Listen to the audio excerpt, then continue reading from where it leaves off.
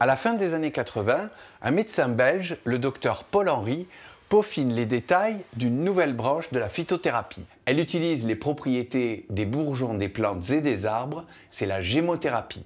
Au printemps, à Val-de-Roure, dans le Haut-Pays grassois, la biodiversité est telle que c'est le paradis pour la cueillette des bourgeons. Et ça, c'est très prioritaire.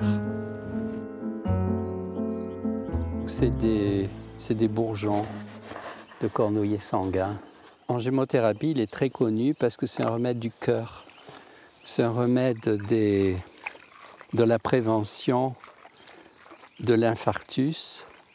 Et c'est un remède qu'on donne aussi post-infarctus, que les médecins donc, qui pratiquent la gémothérapie donnent post-infarctus. Et il est utilisé de manière plus générale dans les thromboses. Pour conserver et utiliser toutes les qualités contenues dans les bourgeons et les jeunes tissus végétaux, Paul Henry préconise de les faire macérer dans de l'alcool, de l'eau et de la glycérine.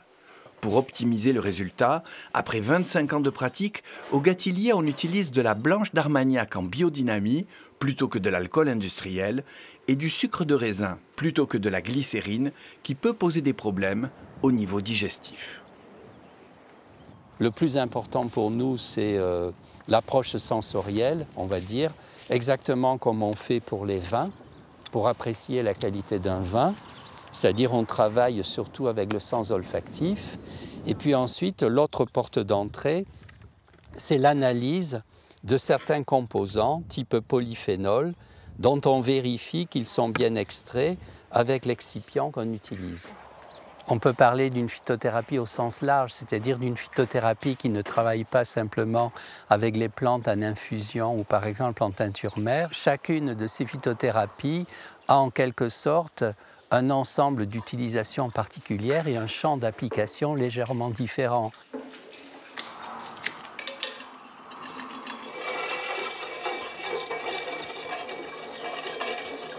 Certains pharmaciens ont gardé une culture de phytothérapie.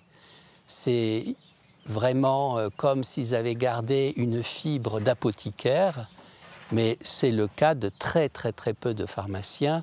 La plupart des pharmaciens, qu'est-ce que c'est qu'ils font comme travail? Sans vouloir du tout être méchant ou négatif, mais ils distribuent les remèdes fabriqués par les grands laboratoires. Les principaux clients de notre société sont des pharmaciens qui ont pignon sur rue et qui ont un secteur complément alimentaire. Donc c'est un secteur qui fait l'objet de certaines réglementations naturellement. Ils ont un intérêt particulier pour la phytothérapie et notamment la gémothérapie parce qu'ils voient bien que c'est des remèdes qui sont efficaces. En gémothérapie, il y a par exemple 10 ou 15 remèdes qui sont très connus et dont il est difficile de nier l'efficacité, mais en même temps, on pourrait souhaiter qu'ils fassent l'objet d'études plus approfondies. Il y a quand même des centaines de médecins qui pratiquent la gémothérapie, qui la pratiquent quotidiennement.